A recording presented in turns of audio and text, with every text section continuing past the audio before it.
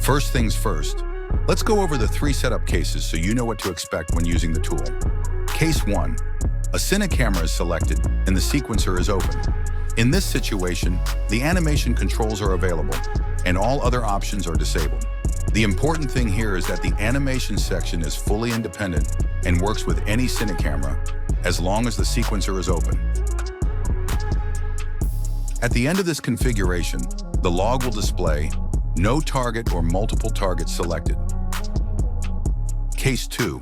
A CineCamera and a target are selected, but the sequencer is closed. This time, all features are enabled except animation. Since there's no active sequencer, no automatic keyframes will be generated. This mode is ideal for setup, framing, adjusting focus, or testing values without recording anything to the timeline. In this case, the log will show no active level sequence detected. Animation and keying functions are unavailable. And finally, case 3, a CineCamera, a target, and an open sequencer. This is the ideal workflow. All features are fully available.